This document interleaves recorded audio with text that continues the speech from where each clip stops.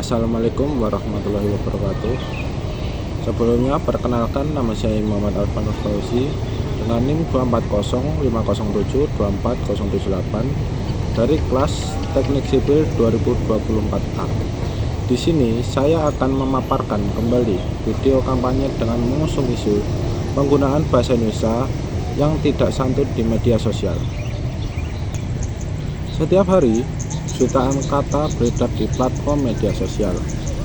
Kita menulis, membagikan pendapat, mengomentari berbagai hal yang terjadi di sekitar kita. Semua terasa begitu mudah, cukup dengan satu sentuhan jari. Namun, di balik kemudahan tersebut terdapat tantangan yang seringkali kita abaikan. Bagaimana kita menggunakan bahasa kita sendiri? Bahasa Indonesia, bahasa yang menjadi perekat bangsa, kini hidup berdampingan dengan bahasa digital yang serba cepat. Tetapi, di tengah derasnya arus komunikasi ini, apakah kita mampu menjaga kesantunan dan kebanggaan terhadap bahasa kita sendiri? Media sosial seharusnya menjadi tempat untuk saling berbagi dan menghargai. Namun sayangnya tidak jarang berubah menjadi arena untuk saling menjatuhkan. Kata-kata yang semestinya menghubungkan justru digunakan untuk melukai.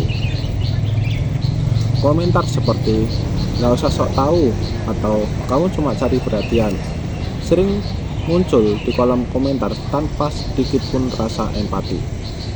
Kita sering lupa bahwa di balik layar terdapat orang lain yang bisa terluka oleh kalimat yang mungkin bagi kita hanyalah sekedar lelucon. Fenomena penggunaan bahasa yang tidak santun di dunia maya menjadi cermin kealpaan kita. Kita bangga berbahasa Indonesia, tetapi menggunakannya tanpa rasa tanggung jawab. Bahasa yang kasar bukan sekedar masalah gaya bicara, tapi masalah karakter dan budaya. Ketika ruang digital dipenuhi dengan ujaran yang menyakitkan, rasa saling menghargai pun perlahan memudar.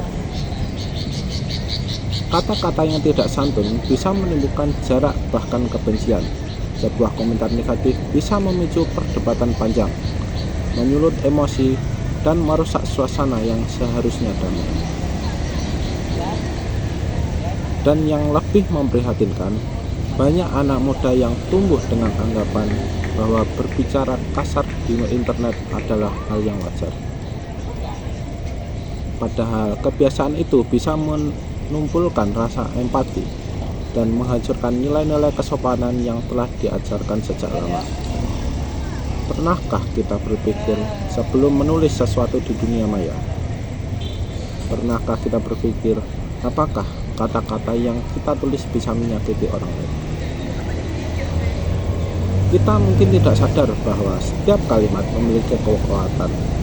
Kata bisa menyembuhkan, tapi juga bisa menyakiti. Sebuah komentar yang santun bisa menenangkan, sementara satu kata kasar bisa menghancurkan semangat seseorang.